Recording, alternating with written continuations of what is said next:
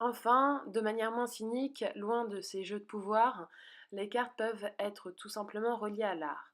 Car l'art est finalement une représentation du monde, et les cartes le sont aussi, donc pourquoi pas mixer les deux. Donc ici, cette carte de l'Europe créée au XVIe siècle n'a pas pour but de suivre une réalité physique, mais plutôt symbolique. L'Europe est représentée comme un seul être, cela sous-entend que les pays sont unis. Unis par quoi ici? Par la chrétienté, dont l'Espagne d'ailleurs est la tête. Et cette allégorie, sous forme de carte, porte donc une vision du monde très marquée. Ici, nous avons une œuvre de Luciano Fabro, donc créée en 1971, représentant l'Italie dans un courant issu du futurisme. Ce qui est intéressant, c'est que ici la carte n'est pas déformée, mais par contre, elle est analysée de manière artistique. De même, la carte peut être un élément d'humour. Par exemple, dans la BD Philéon, le héros se retrouve à un moment sur la lettre A de Océan Atlantique.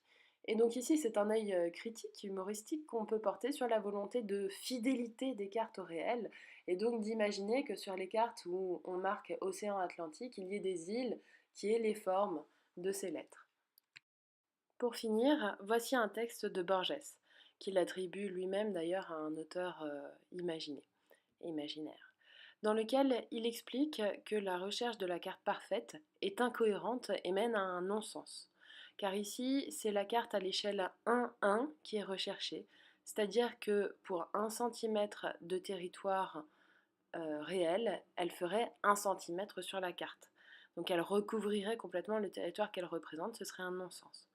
Ce qui fait une carte, ce sont les choix qui sont effectués, car représenter la réalité est illusoire. Donc, retenez que les cartes sont des construits. Ce sont des choses qui sont pensées, des constructions intellectuelles. Et que représenter la réalité de manière parfaite est illusoire. Donc, quand vous voyez une carte ou que vous devez construire une carte, pensez à vos choix de projection, à vos choix d'échelle, à vos choix de langage, c'est-à-dire de figurer, à vos choix de message.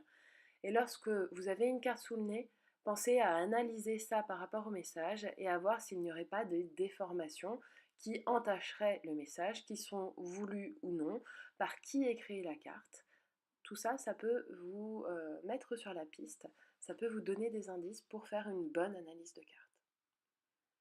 Bon, c'est la fin de cette première vidéo. Vous pouvez la réécouter avant de commencer le questionnaire, puisque une fois que vous avez commencé le questionnaire, vous n'avez le droit qu'à un essai.